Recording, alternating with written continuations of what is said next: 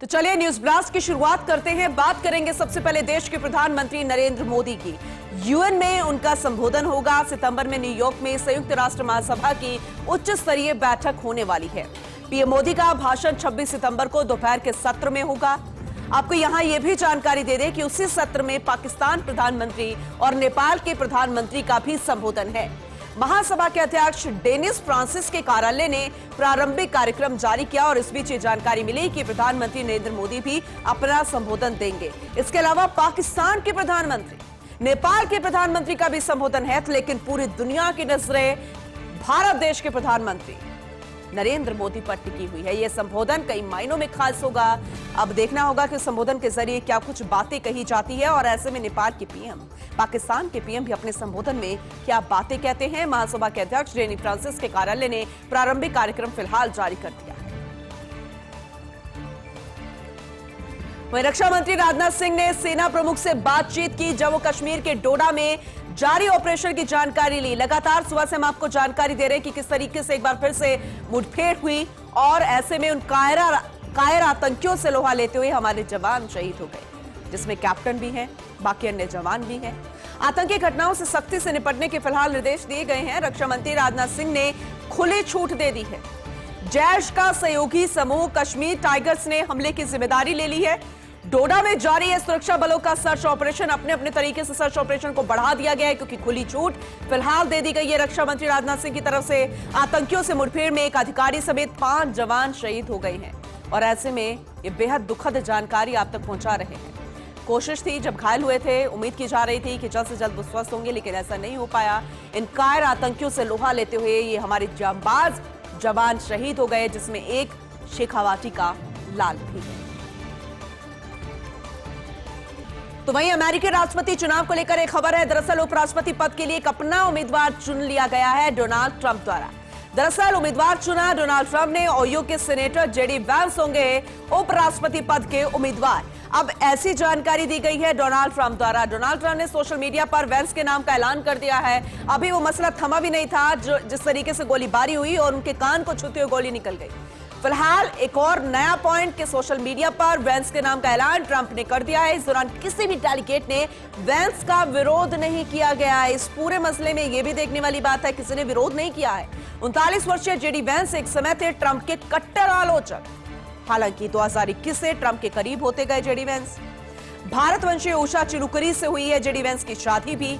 हाल ही में जानलेवा फायरिंग में बचे थे डोनाल्ड ट्रंप। 5 नवंबर 2024 को होगा अमेरिकी राष्ट्रपति पद का चुनाव और ऐसे में जेडी वैंस का नाम सामने आया। और ऐसे में एक और अहम जानकारी फिर से आपको बता दें, point to be noted, JD Vance भारतवंशी उषा चिलुकरी से उनकी शादी हुई है और इसलिए कई मायनों में भारत के लिए भी बेहद खास जेडी वैंस का नाम सामने रखा है सोशल मीडिया पर इस नाम का ऐलान और किसी ने अभी तक विरोध नहीं किया। और ऐसे में देखने वाली बात होगी जब 5 नवंबर 2024 को अमेरिकी राष्ट्रपति पद का चुनाव होगा तो फिर नतीजे क्या निकलकर सामने आते हैं। लंबा चलने वाला चुनाव है राष्ट्रपति पद को लेकर, तैयारी लगातार, चुनाव प्रचार प्रसार लगातार जारी और ऐसे में अब नाम का ऐलान भी कर दिया गया। खबर बिहार के दरभंगा से। वीआईपी नेता मुकेश सहनी के पिता की हत्या कर दी गई। बिहार के दरभंगा में एक घर में ही हत्या की गई। जो जानकारी मिली उसके अनुसार वीआईपी पार्टी के प्रमुख मुकेश सहनी, जिनके पिता जीतन सहनी की हत्या की गई, उनके घर के अंदर ही सख्त विषक्त हालत में उनका शव बरामद हुआ। धारदार हथियार से जीतन सहनी की हत्या की गई है। सुपौल बाजार के अफजला पंचायत में उनका घर है। ये पैतृक गांव माना जा रहा है और ऐसे में वहां पहुंचे एसपी द्वारा भी इसकी पुष्टि कर दी गई। फिर हत्या की जांच के लिए एसआईटी का भी गठन किया गया है। एक खास समाज में अपनी पैठ रखते हैं सहनी। आखिर क्या वजह रही होगी? मुकेश सहनी के पिता की हत्या के पीछे क्या कारण हो सकते हैं? कौन वो लोग थे? अब एसआईटी लगातार इस जांच को आगे बढ़ा रही है। हर एक पहलू पर जानकारी लेने की कोशिश की जा रही है। उनके पैतृक गांव में रहते थे जीतन सहनी, जिनकी हत्या हुई है। सुपौल बाजार में ही अफजला पंचायत में उनका घर। वहीं जेल में बंद सांसद अमृतपाल सिंह की चिट्ठी। सूत्रों के मुताबिक लोकसभा स्पीकर ओम बिरला को यह चिट्ठी लिखी गई है। अमृतपाल द्वारा यह चिट्ठी लिखी गई है। पत्र लिखकर मॉनसून सेशन में शामिल होने की उन्होंने इच्छा जताई है। 22 जुलाई से संसद का मॉनसून सत्र शुरू होगा। 5 जुलाई को अमृतपाल सिंह ने लोकसभा सदस्य के रूप में शपथ भी ली थी। एनएसए के तहत डिब्रूगढ़ की जेल में बंद है अमृतपाल। खडूर साहिब सीट पर उन्होंने जीत भी हासिल की। वारिस पंजाब दे संगठन के प्रमुख है अमृतपाल। अब वो मॉनसून सीजन में सत्र में शामिल होना चाहते हैं। लोकसभा स्पीकर को उन्होंने चिट्ठी भी लिख दी है। अब प्रोसेस क्या कहता है, नियम क्या कहते हैं, उसके तहत अब आगे की रूपरेखा रहेगी। देखना होगा किस तरीके से डिसीजन लिया जाएगा। फिलहाल चिट्ठी लिखी गई है, ये बड़ी खबर आप तक पहुंचा रहे हैं। चलिए प्रदेश में मौसम के मिजाज की जानकारी आप तक पहुंचाते हैं। प्रदेश में 4 दिन से मानसून सुस्त बताया गया अगले 24 घंटे में, लेकिन मानसून फिर से एक्टिव होने के आसार है। अगले 24 घंटे का हम जिक्र कर रहे हैं। हालांकि अभी से ही मौसम में टेम्परेचर फिर से डाउन होने लगा है। प्रदेश के कुछ इलाकों में हल्की मध्यम बारिश भी हुई, ये जानकारी मिल रही है। मानसून सुस्त रहने से उमस और गर्मी से लोग परेशान हो गए, लेकिन अगले 5 दिन तक पूर्वी राजस्थान सहित कोटा, अजमेर और उदयपुर संभाग में भारी बारिश की चेतावनी है। बंगाल की खाड़ी का दबाव क्षेत्र बनने से सक्रिय होगा ये मानसून, यानी कि एक बार फिर से मानसून सक्रिय हो जाएगा। जो उमस और गर्मी हो रही थी उससे निजात मिल सकती है। 24 घंटे के बाद अगले 5 दिन बूंदाबांदी फिर से होगी और खासकर कुछ ऐसे जिले हैं जहां पर झमाझम बारिश भी हो सकती है। और अब बीसलपुर बांध से जुड़ी एक बड़ा अपडेट आप तक पहुंचा दें। इस मानसून में हो रहा है बांध के बहाव क्षेत्र में त्रिवेणी चलने का इंतजार। लंबे समय से इंतजार था और अब बांध का जो बहाव है उस क्षेत्र में त्रिवेणी चलने का इंतजार किया जा रहा है। पिछले 10 साल के भीतर 8 बार जुलाई में ही त्रिवेणी से पानी की आवक शुरू हुई है। जैसे कि हमने अभी आपको जानकारी दी है कि 24 घंटे के बाद 5 दिन एक्टिव हो जाएगा मानसून।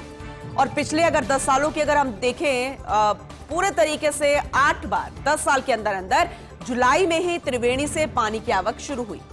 मात्र 2 बार जून के अंत में त्रिवेणी से पानी की आवक हुई थी। जून महीना जा चुका है, जुलाई महीना चल रहा है, कम से कम 15 दिन हो चुके हैं। और अब पिछले साल 28 जून को त्रिवेणी चली थी। जुलाई के दूसरे पखवाड़े में त्रिवेणी से पानी की आवक हो जाती है। त्रिवेणी से करीब 100 किलोमीटर का सफर तय कर पानी पहुंचता है बीसलपुर। त्रिवेणी है बीसलपुर बांध के बहाव क्षेत्र में पानी का मुख्य स्रोत, और ऐसे में हर कोई इंतजार कर रहा है कि आखिर फिर से यहां पर पानी कब बरसेगा। पूरा क्षेत्र जो है वो लबालब कब पानी से भरेगा, इंतजार आने वाले 5 दिनों को लेकर टकटकी लगाकर सभी इस पर इंतजार करके बैठे हैं और ये देख रहे हैं कि क्या वाकई में इस बार पानी की चादर चलेगी, बीसलपुर पूरे तरीके से भरा हुआ नजर आएगा या फिर नहीं। अब खाली करना होगा सरकारी बंगला। सरकार ने दिए करीबन 200 पूर्व सांसदों को नोटिस। लुटियंस दिल्ली में आवंटित है सरकारी बंगले। पूर्व सांसदों को पिछली लोकसभा भंग होने के 1 महीने में बंगले खाली करने होते हैं। 200 से ज्यादा पूर्व सांसद तय समय से ज्यादा समय तक रह रहे हैं और उन्हें अब जल्द ही अपने सरकारी बंगले खाली करने को कहा गया है। कुछ अन्य पूर्व सांसदों को नोटिस भेजने की प्रक्रिया भी चल रही है। एक बार फिर से आपको नियम बता दें क्या कहते हैं। दरअसल पिछली लोकसभा के भंग होने के 1 महीने में ही बंगले जो है वो खाली करने होते हैं। नई सरकार है, नए शपथ ले चुके हैं, लोकसभा सदस्य बन चुके हैं। ऐसे में 200 से ज्यादा पूर्व सांसद तय समय से ज्यादा समय तक रह रहे हैं। 1 महीने से भी ज्यादा का वक्त हो गया है और अब उन्हें जल्द ही अपने सरकारी बंगले खाली करने को कहा गया है। कुछ अन्य पूर्व सांसदों को नोटिस भेजने की प्रक्रिया भी चल रही है।